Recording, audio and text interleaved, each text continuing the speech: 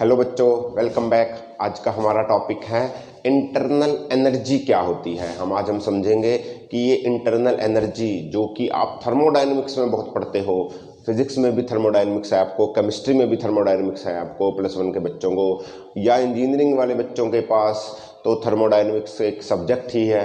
तो उसमें ये इंटरनल एनर्जी क्या चीज़ है ये बच्चों को नहीं समझ में आ रही कि इंटरनल एनर्जी क्या चीज़ है। तो हम बिल्कुल बेसिक सी छोटा सा लेक्चर लेकर आए हैं कि इंटरनल एनर्जी का बेसिक्स कंसेप्ट मैं आपको समझाना चाहता हूँ कि इंटरनल एनर्जी सब बच्चों को एक चीज़ पता है कि इंटरनल एनर्जी को यू से डिनोट करते हैं। एक आपको फॉर्मूला याद होगा इंटरनल एनर्जी का, delta U equal to delta Q plus delta W. इसी को फर्स्ट लॉ ऑफ थर्मोडायनेमिक्स भी बोला जाता है। इसके बारे में हम बाद में बात करेंगे, डिटेल में एक लेक्चर और लेकर आऊंगा। अभी के लिए सिर्फ फॉर्मूले के लिए ऊपर समझो। तो ये इंटरनल एनर्जी क्या होती है, अब सब समझाते हैं कि इंटरनल एनर्जी होती है कि कितनी आपने किसी को एनर्जी दी, कुछ उसने हीट में यूटिलाइज कर दी और कुछ वर्क डन कर दिया। आपने किसी को एनर्जी दी, आपने किसी बॉडी को एनर्जी दी, कुछ उसने यूटिलाइज कर लिया हीट में और कुछ उससे वर्क कर दिया। मतलब मैंने किसी बॉडी को 10 जूल हीट दी, 10 जूल एनर्जी दी, 10 जूल में से उसने 5 जूल हीट में वेस्ट कर दिया और 5 जूल का वर्क डन कर दिया। समझो, 5 जूल उसने हीट में वेस्ट कर दिया, 5 जूल का वर्क डन कर दिया, तो उसके 10 जूल इंटरनल एनर्जी हुई। तो उसकी 10 जूल इंटरनल एनर्जी हुई। मान लो उसने कुछ भी हीट में ना वेस्ट किया होता, जितनी इंटरनल एनर्जी उसी को वर्क डन में कन्वर्ट करता, तो उसकी 10 की 10 ये होता 0, तो 10 जूल ही उसका वर्क डन होता अगर कुछ भी वेस्टेज ना होती। ऐसा किताबों में या आपके लेक्चरर्स ने आपको समझाया है कि सही है, मैं गलत नहीं बोल रहा।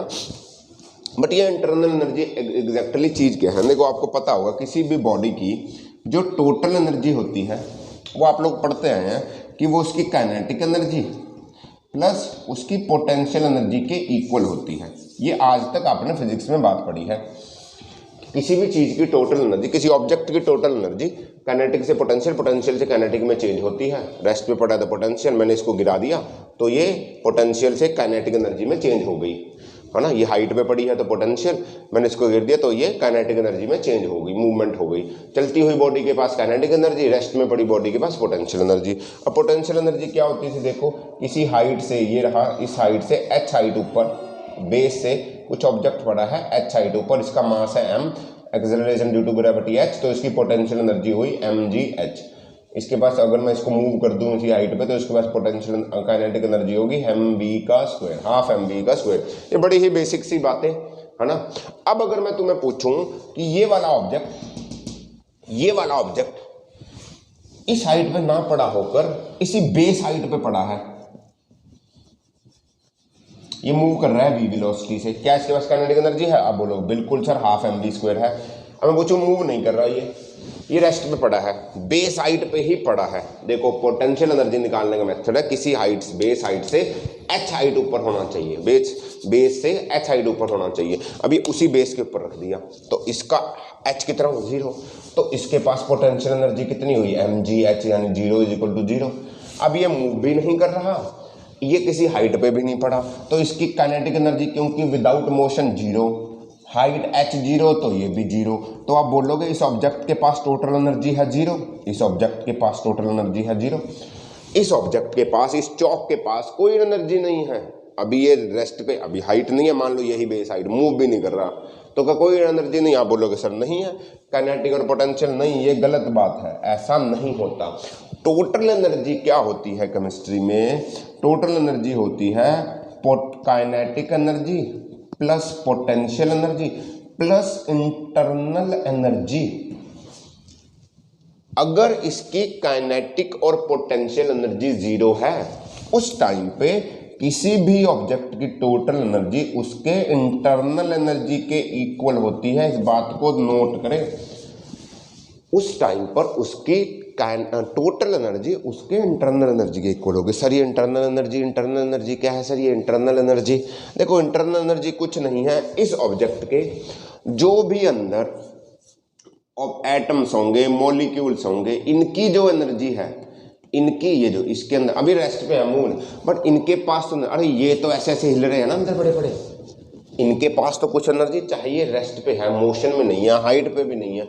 तो जो इनकी मोशन की जो अंदर इन एनर्जी, जो एनर्जी इसके मॉलिक्यूल्स के पास होती है, किसी भी एटम के, किसी भी एक कंपाउंड के, एक मेटल के मॉलिक्यूल्स के पास जो एनर्जी है, क्योंकि अब ये मॉलिक्यूल्स कैसी मोशन कर रहे होंगे, इनके पास मॉलिक्यूल्स की मोशन हो रही होगी ना अंदर, ये वाइब्रेशनल मोशन कर सकते हैं, सही है, प्लस ये ट्रांजिशनल मोशन कर सकते हैं, ये जो अंदर वाले मॉलिक्यूल्स हैं, सही है। और क्या कर हो सकता है कि ये रोटेशनल मोशन कर रहे हो, ये क्या कर रहे हो, रोटेशनल मोशन। अरे यार जो ये अंदर मॉलिक्यूल हिलते रहते हैं ना हमेशा, ये वाले, और इनके अंदर फोर्स ऑफ अट्रैक्शन भी है, मैं बोलता हूँ इनके अंदर potential energy force of attraction की भी होगी, समझ रहे हो। इसके अंदर, इसके पास शायद कुछ ना मूव कर पा रहा हो किसी कारण, तो ये जो सारी काइनेटिक एनर्जी है अंदर वाले एटम्स की, इसके पास तो काइनेटिक एनर्जी है ना अंदर वाले मॉलिक्यूल्स के पास, तो ये इस एटम की, ये इस कंपाउंड की ये इंटरनल एनर्जी है जो उसके मॉलिक्यूल्स के कारण है। वो मॉलिक्यूल्स के पास वाइब्रेशनल एनर्जी हो सकती है, ट्रांजिशनल एनर्जी हो सकती है, रोटेशनल एनर्जी, कुछ भी हो सकती है, वो ही इसकी इंटरनल एनर्जी है, वो ही किसी भी कंपाउंड की इंटरनल एनर्जी कहलाती है। उसके अंदर कितनी एनर्जी है। अब देखो यार, तुम समझो, अब मान लो मैं तुम्हें 2-4 दिन खाना ना दूं, है ना, भूखे रख दूं तुम्हें, तो तुम क्या बोलोगे, तुम्हारे अंदर बिल्कुल भी एनर्जी, क्या एनर्जी जीरो हो जाएगी, खाना नहीं खा रहे, क्या एनर्जी बिल्कुल जीरो है, जीरो तो होगी तब तो मर जाओगे ना, कुछ दिन तो जी सकते हो ना आप बिना खाने के, बिना पानी के। तो जब तक आपके बॉडी के अंदर की एनर्जी यूटिलाइज, वो अंदर कुछ तो एनर्जी है ना, बोले खाना नहीं खा रहा कुछ एनर्जी नहीं आ रही, बट बॉडी के अंदर, बॉडी के मॉलिक्यूल्स में, बॉडी के एटम्स में एनर्जी छुपी हुई है, वो आपकी इंटरनल एनर्जी है, वो आपकी इंटरनल, जिससे आप कुछ तो बाजू तो उठा ही सकते, कुछ तो वर्क डन कर ही पाओगे ना। 2 दिन खाना नहीं खाए थोड़ी है कि 2 दिन खाना नहीं खाया एनर्जी नहीं मिली तो मैं बिल्कुल ही वर्क डन, मैं अपनी आर्म भी नहीं उठा पा रहा, नहीं उठा सकते हो ना, कहाँ से आई वो एनर्जी, बॉडी के अंदर की इंटरनल एनर्जी ने आपको दी। ऐसे ही हर एटम्स के पास इंटरनल एनर्जी होती है ना। वो इंटरनल एनर्जी से आप या तो हीट में यूज कर सकते हो या उससे कुछ वर्क डन कर सकते हो। अगर हीट नहीं में यूज किया, सारे का सारा वर्क डन कर दिया, तो ये जीरो हो जाएगा, सारे का सारा वर्क डन, जो कि नहीं होता, कुछ ना कुछ तो हीट में लॉस होता ही है। तो ये रही आपकी डेल्टा यू, यानी कि इंटरनल एनर्जी। इंटरनल एनर्जी को आप यू, मतलब इंटरनल एनर्जी को मेजर करना बड़ा मुश्किल होता है, आप उसमें change in internal energy measure करते हो हमेशा। फिजिक्स और केमिस्ट्री में ये पढ़ोगे, फर्स्ट लॉ ऑफ थर्मोडायनेमिक्स पढ़ोगे तब ये पढ़ोगे। जब हम आगे पढ़ते हैं फर्स्ट लॉ में, तो आप पढ़ते हो कि डेल्टा यू जो होता है वो NCV डेल्टा टी होता है एक आइडियल गैस के लिए।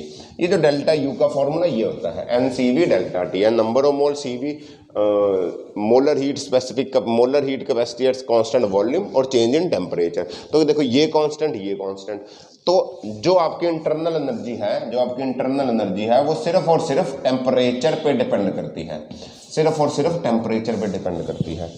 आप किसी का टेम्परेचर ऑब्जेक्ट का बढ़ा दो तो उसके अंदर के मॉलिक्यूल्स की ज़्यादा मोशन होने लग जाएगी। मैंने एक मेटल लिया, उसका टेम्परेचर बढ़ा दिया, तो उसके मोशन की ये काइनेटिक एनर्जी मॉलिक्यूल्स की बढ़ जाएगी, यानी कि ये काइनेटिक बढ़ी, ये बढ़ी, तो इंटरनल एनर्जी बढ़ेगी। तो किस पे डिपेंड करी, टेम्परेचर पे। हीट किया तो ये ज़्यादा हुआ, तो सिर्फ टेम्परेचर पे डिपेंड करती है किसी की इंटरनल एनर्जी, सिर्फ और सिर्फ टेम्परेचर पे इंटरनल एनर्जी को, और किसी से कोई लेना देना नहीं है। समझ में आ रही है बात, इंटरनल एनर्जी क्या काम करती है। आइडियल गैस की बात कर रहा हूँ, ये तो न्यूमेरिकल में यूज होगा आपको। इंटरनल एनर्जी क्या है, जो भी आपके एटम के मॉलिक्यूल्स के पास एनर्जी स्टोर है। जब काइनेटिक एनर्जी और पोटेंशियल एनर्जी नहीं है तो टोटल एनर्जी ही इंटरनल एनर्जी के इक्वल होगी, टोटल एनर्जी ही इंटरनल एनर्जी के इक्वल होगी। इंटरनल एनर्जी ही आप लोगों को कुछ हीट में और कुछ वर्क डन में करने के काम आती है। जितनी ज़्यादा इंटरनल एनर्जी उतना ज़्यादा वर्क डन ज़्यादा कर पाओगे। इंटरनल एनर्जी जीरो तो नहीं काम कर पाओगे। जैसे कि मैंने आपको एग्जांपल भी दिया कि एनर्जी नहीं होगी तो कहाँ वर्क कर पाओगे, बट कुछ तो कर पाओगे ना। अब सारी एनर्जी खाने से नहीं आ रही, बॉडी के अंदर इंटरनल एनर्जी कुछ ना कुछ स्टोर है। तो होपफुली ये समझ में आया होगा। एक बात और याद रखें कि जो इंटरनल एनर्जी होती है ना, वो एक स्टेट फंक्शन है। अच्छा, इस बात को भी नोट कर लें, इंटरनल एनर्जी क्या होती है, एक स्टेट फंक्शन होता है। Internal energy is a state function. और जब बात कर ही रहे हैं तो इस बात को भी नोट कर लें। स्टेट फंक्शन क्या होते हैं, स्टेट फंक्शन वो होते हैं जो पाथ पे डिपेंड नहीं करते। एक साइक्लिक प्रोसेस के लिए, मतलब एक प्रोसेस कोई साइक्लिक हुआ, जहाँ से चले वहीं पहुँच गए, वहाँ पर इंटरनल एनर्जी का चेंज कुछ भी नहीं होगा। इस बात को याद रखें। कब, साइक्लिक प्रोसेस के लिए। मैं यहाँ से चला, यहाँ से चला, यहाँ यहाँ यहाँ, ये प्रोसेस किया मैंने ऐसे, 1 से चल के 1 पे ही आ गया, तो चेंज करके वहीं आया, तो साइक्लिक प्रोसेस है। तो यहाँ से यहाँ तक ऐसे जाने में यहाँ वापस आया, तो कुछ भी इंटरनल एनर्जी चेंज नहीं हुई, क्योंकि ये एक साइक्लिक प्रोसेस है। वी क्यों? क्योंकि internal energy is a state function, it depends on, it does not depends on path. ये सिर्फ और सिर्फ इनिशियल और फाइनल पोजीशन पे डिपेंड करता है, पाथ पे नहीं। इसको पाथ से कोई लेना देना नहीं, जहाँ से चला वहीं आ गया, इनिशियल फाइनल सेम, तो चेंज हुआ ही नहीं कुछ भी। समझे समझे समझे समझे? पक्का? ठीक है जी, इससे ज़्यादा बातें नहीं करता मैं तुम्हारे साथ, ठीक है जी। और एक और बात चलो जाते तो बता देता हूँ कि ये एक एक्सटेंसिव प्रॉपर्टी होती है। एक्सटेंसिव मतलब इसको साइज से, अमाउंट ऑफ मैटर से फर्क पड़ता है। छोटी सी चीज़ कम इंटरनल एनर्जी, बड़ी चीज़ ज़्यादा इंटरनल एनर्जी, और बड़ी तो और ज़्यादा इंटरनल एनर्जी, तो इसको बोलते हैं एक्सटेंसिव प्रॉपर्टी। जैसे मास एक्सटेंसिव प्रॉपर्टी, छोटा मास छोटी चीज़ कम मास, बड़ी चीज़ ज़्यादा मास। डेंसिटी नहीं, छोटी चीज़ की भी उतनी डेंसिटी, बड़ी चीज़ की भी उतनी डेंसिटी। समझे? वो होती थी क्या? Intensive property. तो इंटरनल एनर्जी एक एक्सटेंसिव प्रॉपर्टी है, इस बात को याद रखें। ये एक स्टेट फंक्शन है, साइक्लिक प्रोसेस में चेंज 0 होता है। ओके, जबकि फॉर्मूला मिटा दिया, Q और W ये एक पाथ फंक्शंस होते हैं, ये साइक्लिक प्रोसेस में 0 नहीं हो सकते। अगले लेक्चर में बात करेंगे, तब तक इंटरनल एनर्जी को समझें, ठीक है? Okay, thank you very much. अगर अच्छा लगा तो कमेंट जरूर करें, बताएं कैसा लगा, चैनल सब्सक्राइब करें। मिलते हैं अगले टॉपिक में, जिसमें हम एंथैल्पी या फर्स्ट लॉ ऑफ थर्मोडायनामिक्स को डिस्कस करेंगे। तब तक पढ़ते रहिए, एंजॉय करें। ऑल द वेरी बेस्ट बच्चों, बाय बाय।